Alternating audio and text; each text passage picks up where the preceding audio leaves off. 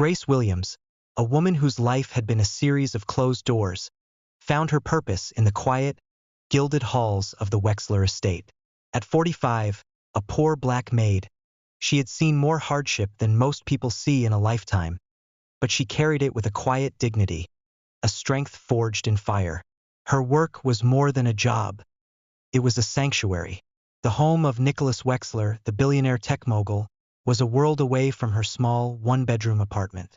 She cleaned floors and dusted priceless art, but the real treasure was 5-year-old Ethan, a small, sensitive boy who had a way of looking at her as if she were the only person who truly saw him. Nicholas was a ghost in his own home, a towering figure of ambition and success who was rarely there. He lived in the digital world, managing his empire, while Grace lived in the real one, managing his son's daily life. She was the one who read Ethan bedtime stories, the one who bandaged his scraped knees, and the one who knew the exact way he liked his toast. She was the steady hand, the soft voice, the constant in a life of unpredictable luxury. One morning, the familiar rhythm of the mansion shattered. The silence was the first sign. Little Ethan, who usually greeted her with a whirlwind of questions and a hug that never lasted long enough, was still. His small body, slumped in his breakfast chair, was a stark contrast to the bright, cheerful morning light filtering through the window.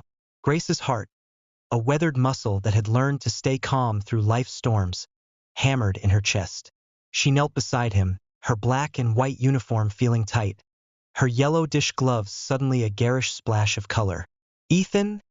she whispered, her voice a tremor. No response. His skin was unnaturally hot.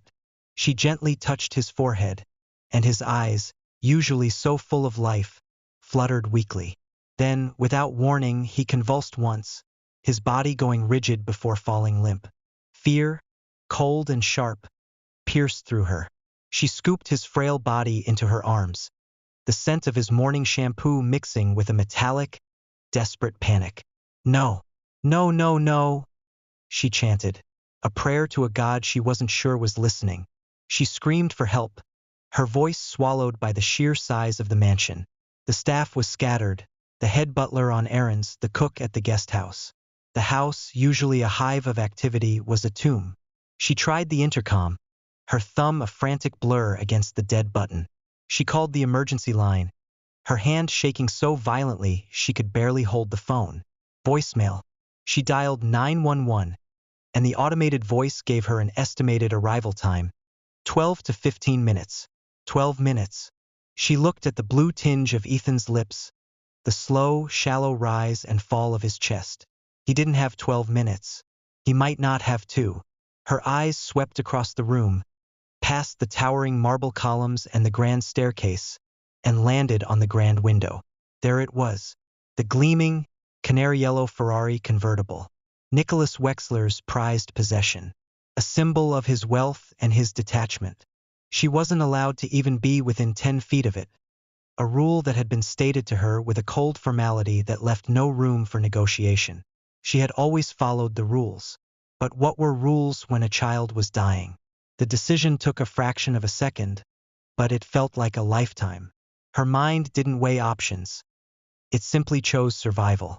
She ran, her shoes slipping on the polished marble floors. Outside, a light drizzle had begun to fall, washing the world in a dreary gray. She laid Ethan across the passenger seat, his small form swallowed by the luxurious leather. With trembling fingers, she fumbled with the buckle, the click of the seatbelt a tiny victory against the rising tide of death. She climbed into the driver's side, still in her uniform, her bright yellow gloves a stark symbol of her station in life. Her foot found the pedal, and with a desperate surge of adrenaline, she pushed it to the floor. The car roared to life, a beast unleashed. The tires screamed across the gravel, and the automatic gates swung open for the recognized license plate, a mechanical farewell to the life she had known. She didn't care about the security cameras, the alarms, or the rules she was breaking. Her universe had shrunk to one thing, the small, fragile life beside her. The Ferrari tore down the highway at 98 miles per hour, a yellow blur in a sea of gray rain. The wind whipped through Grace's hair, tugging at her uniform. Her knuckles were white on the steering wheel, her grip a testament to the fear and resolve that coursed through her. But it wasn't her life on the line. It was Ethan's. His small chest rose and fell in a rhythm too slow, too fragile. "Stay with me, baby. Just stay with me," she whispered, her voice cracking with every word. She looked at him, her love for him a tangible thing, a force that she willed into his small, lifeless hand. She ran a red light, swerved past a truck whose horn blared in protest, and nearly lost control on a slick curve.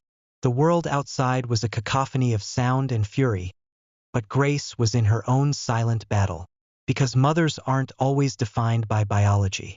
Sometimes a child is given to you through responsibility and love, and that, she realized, was exactly who Ethan was to her. Back at the mansion, the security camera footage was a silent testament to Grace's desperate act. The head butler, a man of rigid protocol, nearly fainted when he saw the Ferrari disappear down the driveway. He called Nicholas Wexler, who was in a high-stakes board meeting, a world away from the human drama unfolding in his home. "Sir, your Ferrari. It's been stolen," the butler said, his voice a tense whisper. Nicholas, a man who built his empire on control, felt a cold shock. "What? By who?" The butler hesitated, the name hanging in the air like a forbidden word. "Grace, the maid." Nicholas nearly dropped his phone. Grace, the quiet, reserved woman who had never even raised her voice. The idea was absurd. It was like hearing that a snowflake had stolen a mountain. "Call the police," he barked, his voice filled with a cold, corporate fury. And they did. On the road, Grace could see the city skyline, the hospital drawing closer. But so was time running out. Ethan convulsed again beside her, a sudden, violent movement that stole the last of her breath. "No!" she screamed, pulling the wheel sharply, the car fishtailing dangerously. She grabbed his hand, her tears a hot, salty stream against her cheek. "Don't do this to me, Ethan. Don't give up now. We're almost there. You hear me?" Sirens wailed in the distance, not behind her, but ahead. She was approaching the emergency entrance. With a final burst of reckless courage, she swerved the yellow Ferrari into the hospital driveway, screeching to a halt across 2 lanes. Doctors and nurses, a whirlwind of white uniforms and frantic motion, came running. Grace, her body shaking, threw open the door. "He's not breathing. Help him." They rushed in, lifting Ethan's limp body from the car. A nurse looked at Grace, a woman in a maid's uniform and yellow gloves, frozen behind the wheel, her hands still clenched. The image was surreal, a clash of 2 different worlds. A police officer arrived seconds later. He didn't ask questions. He saw a stolen car and a woman who fit the description. "Ma'am, step out of the vehicle. Hands where I can see them." She obeyed, her legs buckling beneath her. "I didn't steal it," she said, her voice a quiet, broken plea. "I saved him." But the officer didn't hear the plea, only the confession. He cuffed her anyway. As she stood on the curb, wrists bound, tears blurring her vision, the last thing she saw was a nurse shouting, if she hadn't brought him in now, he'd be gone. The words were a lifeline in a sea of despair, a faint echo of hope just before they pushed her into the police car. The man who owned everything. Nicholas Wexler arrived at the hospital, his fury a tangible force. He parked his Mercedes in a fire lane, the rules of the world bending to his will. Flanked by 2 security guards, a phalanx of power, he stormed through the ER doors. "Where's my son?" he boomed, his voice a harsh, demanding sound in the hushed halls of suffering. The nurse at the reception desk, a woman who had seen it all, blinked in recognition. "He's in trauma room 2. They're stabilizing him now. He wasn't breathing when he came in." "Who brought him?" Nicholas demanded. The nurse hesitated, glancing at his security guards. "Your maid, Grace." The name hit him like a physical blow. The fury vanished, replaced by a cold dread. He thought of his car, the gleaming symbol of his wealth, now likely a mess of police tape and tire marks. But then he thought of Grace, the quiet, almost invisible woman who cared for his son. the woman he barely knew. He stormed past the desk, ignoring the protocol, the stares, the whispers. He reached the glass window outside Trauma Room 2, and his world, the one of spreadsheets and stock tickers, fell away. Inside, little Ethan lay in a hospital bed, oxygen tubes in his nose, monitors beeping beside him. His skin was waxy, his body frail, but he was alive. Barely. Nicholas pressed a hand to the glass, the cold surface a sharp shock against his skin. His voice dropped to a whisper, a broken sound he hadn't made in years. "Oh my God." A moment later, the doctor stepped out, recognizing the famous billionaire. "Mr. Wexler?" Nicholas nodded, his throat tight. The doctor's expression was grim. He had a sudden respiratory collapse, a rare and aggressive allergic reaction. If he had arrived even 5 minutes later.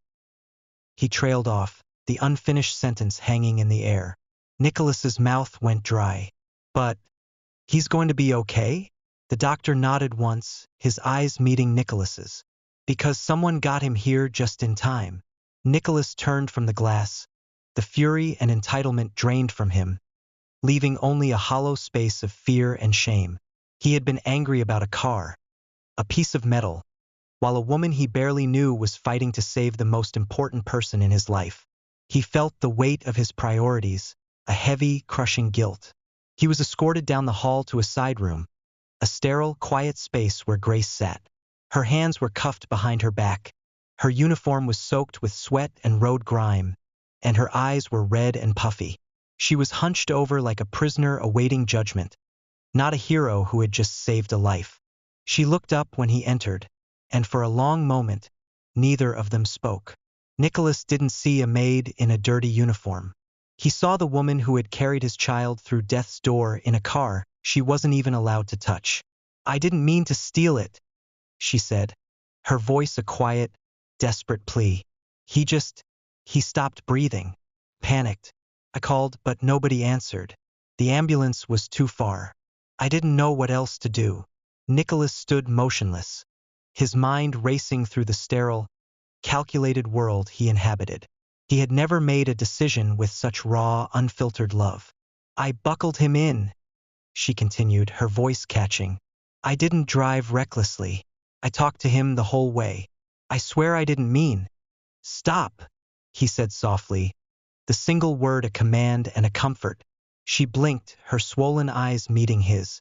"You saved him," he said, the words a confession. Her breath caught in her throat. Is he okay?" Nicholas nodded, his own eyes welling up. "Because of you." Grace collapsed into tears, the relief and exhaustion overwhelming her. Nicholas turned to the officers who had brought her in. "Take the cuffs off." They hesitated, looking at each other, but the command in his voice was undeniable. They obeyed. Grace rubbed her wrists, the red marks a cruel reminder of her ordeal. She stood shakily, looking at the man who held her fate in his hands. "If you want to fire me, I understand," she said, her voice a raw whisper. Nicholas looked at her, at the quiet strength in her face, the love for his son in her eyes. The answer wasn't in a script or a corporate handbook. It was in his heart, a place he hadn't visited in a long, long time. "I'm not firing you," he said, and the words felt like a miracle. "I'm promoting you, a new beginning." By the next morning, the story had exploded. News crews from around the globe descended on the hospital, and the internet was awash with headlines. "Maid saves millionaire son with Ferrari hospital run," "Real-life hero housekeeper risks all to save child," and "Maid cuffed after rescue until billionaire stepped in." Nicholas, a man who had always managed his public image with surgical precision, held a press conference on the hospital steps. Flashing cameras and a sea of reporters greeted him. Beside him stood Grace, no longer in her uniform, but in a clean black dress, her hair neatly tied back. She looked small, but her presence was immense. Nicholas didn't speak from a script. He spoke from his heart, a raw, unedited speech that was more powerful than any boardroom presentation. "I built a billion-dollar company on the belief that decisions should be calculated, strategic, and without emotion," he began, his voice surprisingly steady. But yesterday, a woman in my home made the most important decision of her life. Not with strategy, but with love. She broke the rules. But in doing so, she saved my son. He turned to Grace, his eyes filled with a new kind of respect. And I will never, ever forget that. Grace looked down, tears brimming again, the weight of his words a heavy, beautiful burden. Nicholas turned back to the cameras. As of today, Grace Williams is no longer a maid in my house. She is now Ethan's full-time caregiver and head of the Wexler Family Child Wellness Foundation. A collective gasp rippled through the crowd, a mix of shock and awe. But Nicholas wasn't done. That's not enough, he continued. I have also donated $5 million to launch the Grace Initiative, a program supporting emergency medical training for household staff across the country. Because every second matters, and no one should ever be punished for saving a life. The reporters exploded with questions, but Nicholas raised his hand, signaling for silence. He had one last thought to share, a final, profound truth he had learned. If you have someone cleaning your floors or watching your children, and you think they are beneath you, you are the one who needs help. I nearly lost my son before I realized that the most important person in his life wasn't in my boardroom. She was in my kitchen. The moment went viral instantly. The video clip of his speech was shared millions of times, and the Grace Initiative became a national sensation. In the weeks that followed, Grace's life was completely transformed. She was given her own car, a comfortable apartment near the Wexler estate, and a level of respect she had never known. She helped design Ethan's new homeschool program, ensuring he had the best care possible. She became an advocate for working women across the state, her story an inspiration to many. And Ethan? He never stopped asking for Miss Grace, because to him she was more than just the maid. She was the woman who had driven through fear and judgment, who had faced sirens and handcuffs, just to save him. She was the steady hand, the soft voice, the one who had driven a stolen Ferrari at 98 miles per hour, all for love. This story is a testament to the fact that some of the greatest heroes don't wear capes. They wear uniforms.